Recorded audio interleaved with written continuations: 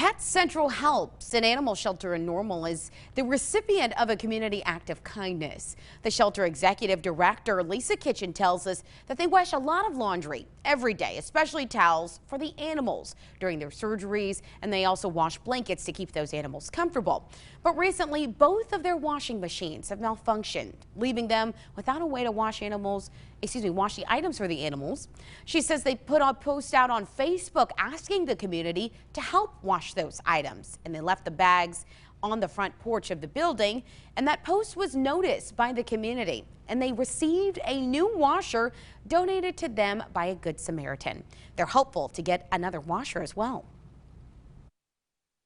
Unfortunately, it's a lot of wear and tear on these washers we use. I mean, eventually we'd like to purchase a commercial washer because they tend to last longer in a shelter setting, but for now we're just grateful for anything we can get.